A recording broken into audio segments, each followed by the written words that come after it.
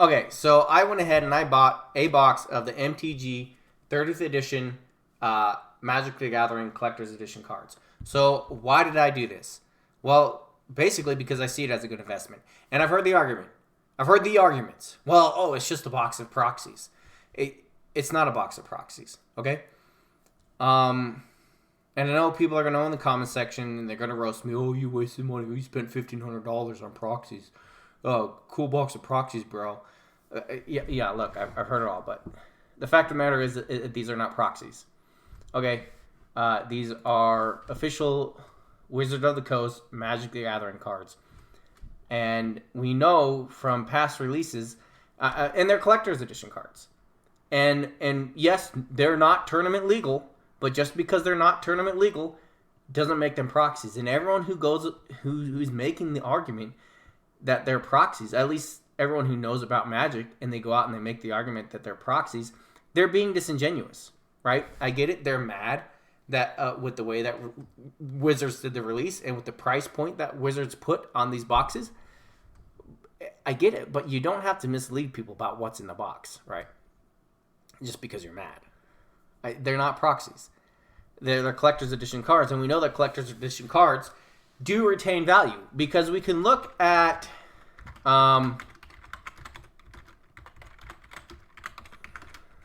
the original 1993 release. I believe it was 1993. They released a collector's edition, and they actually did it right in 1993. You see, in 1993, they released a collector's edition cards. They released the whole set. So every time you bought the box of the collector's edition cards, you got the whole set. And so each release had a Black Lotus card. And we can see that those Black Lotus cards, those collector's edition Black Lotus cards, have retained value. If we go to eBay right now, we can actually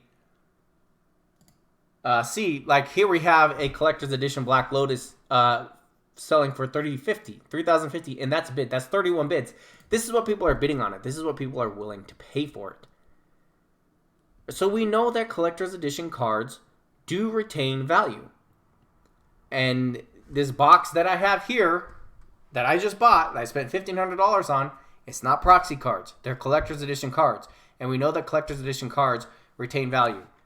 And we see that these ones that just got released are retaining value. Scrublands, $100. And so the dual lands from the and these are just the dual lands from the collector's editions deck are selling for 100, and then these are bids. These are not just what people are putting up for them. These are actual bids. We see that people are bidding money for them. Right? There was Underground Sea, $500. Let's see revised edition. If I can find one.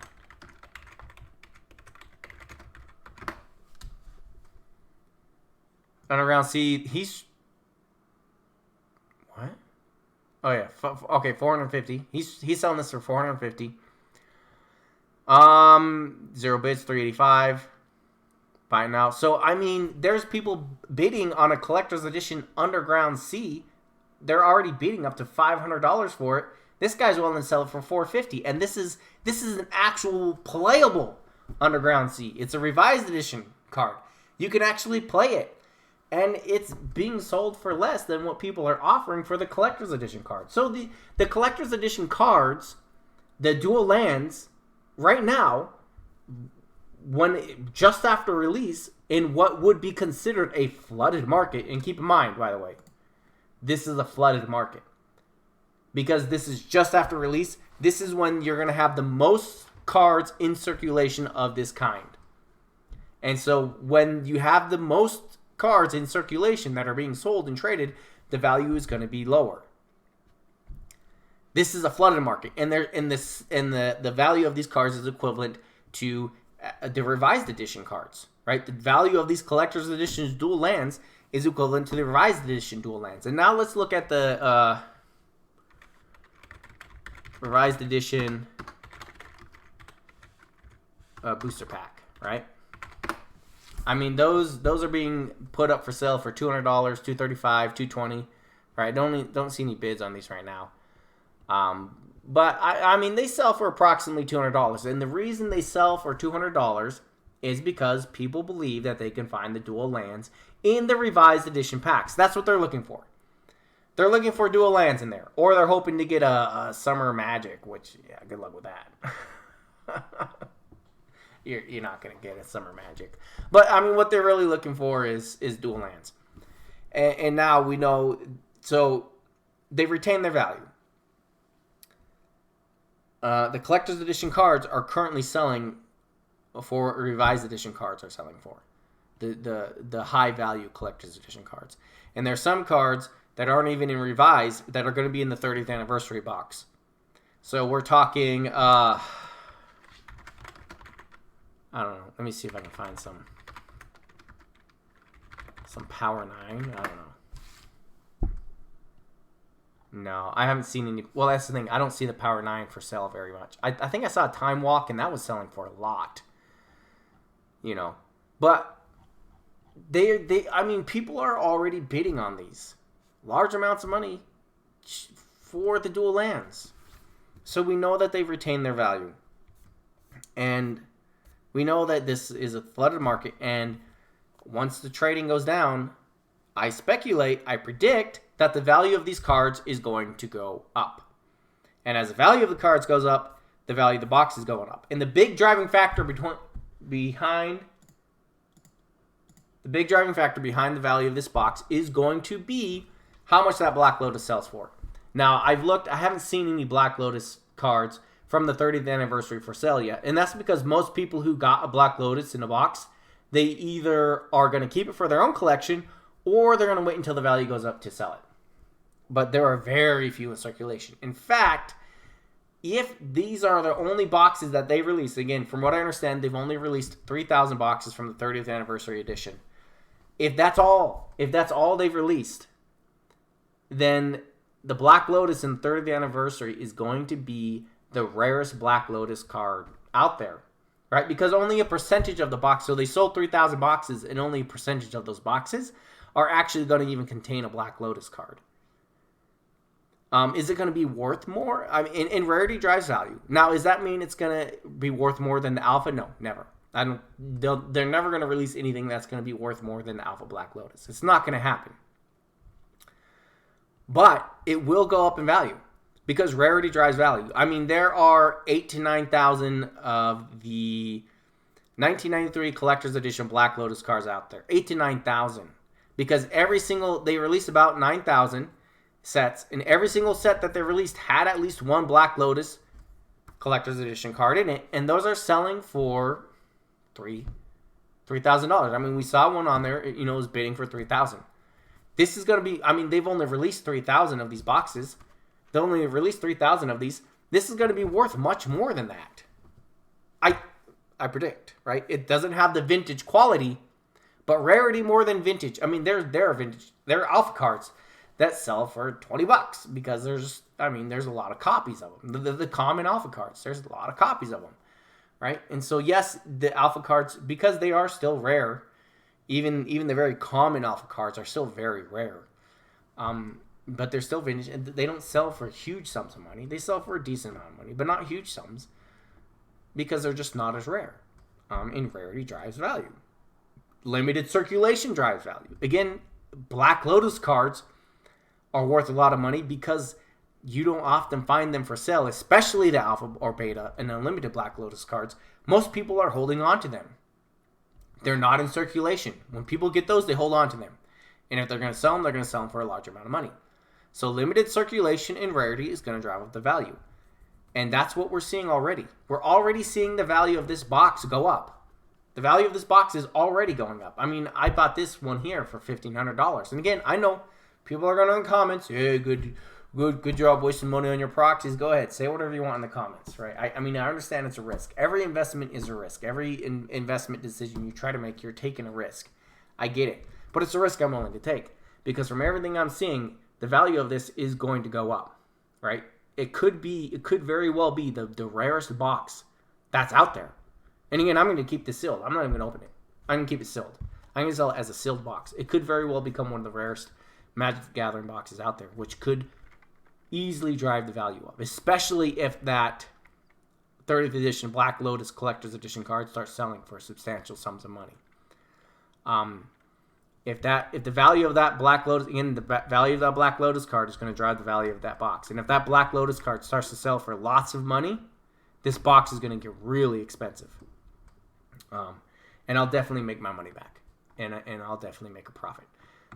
So again, is it a risk? Yes. And I know I've heard the argument as well. Oh, well, they're sitting on a bunch of boxes that they haven't released. Okay. I know that. I'm aware of that. I mean, supposedly it only sold 3,000. How many do they have in their warehouse? I don't know. Are they going to burn them? Or are they going to release them in the future? If they release them in the future and they keep the same price point of $1,000, I can just resell the box that I have and I'm out $500 because I can resell this one for $1,000 if that's the price point they re-release it at. So I lost $500. Okay, not a huge big deal. I can take that hit. If they re-release it for a lower price, then I'll probably just crack this box open and see what I get, and then I'll buy a bunch more boxes for a cheaper price. And I'll probably, and if they do re-release it and they sell a bunch of them for a lower price, I'll probably go buy a Black Lotus, because then you'll probably start to see Black Lotus cards come up on eBay. I'll probably just buy one. I'll just buy one online and then keep one of the collector's edition Black Lotus cards for my collection, because I would like to have a Black Lotus card. And then I'll buy some boxes and I'll sit on them, and then I'll see if the value goes up. Yeah, sure, I'll lose some value in this box here. But again, I mean, I lose $1,500 if this box goes to zero. That's worst case scenario. And the box isn't going to go to zero. It's going to have some value of some kind. Could it tank? Could it crash to 200? Okay, so I've lost $1,300. Yeah, that's a lot of money to lose. But considering the potential for it to go up in value and perhaps even to extreme values, I see it as a risk worth taking.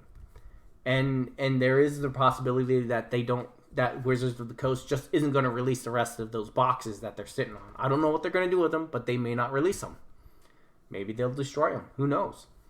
And if they do, and there's only 3,000 of these in circulation, and people know there's a percentage chance they can get a Black Lotus card in here, that'll drive the value of that box up. That, for me, at this point, that's the best case scenario. That Wizards of the Coast doesn't release any more of these boxes, and that the value of this 30th anniversary box just explodes. That's best case scenario, and it is possible. And worst case scenario is that they release the rest of these boxes that they're sitting on. So be it. I'll adapt. But again, that's how the investment always comes. If you're playing the investment game, you're always taking risk. And you have to find a way to measure the risk. Is it a risk I'm willing to take? And what's the potential payoff? What's the return on investment here? It's a very high possible return on investment. Sure, there's a risk, but the return on investment is high, and it's high enough in my mind that I'm like, you know what, I'm willing to put the money down on this. And we'll see what happens. We'll see what happens. And I've been, and I'm not just some soulless collector. I mean, I've played this game before. I was playing as a kid.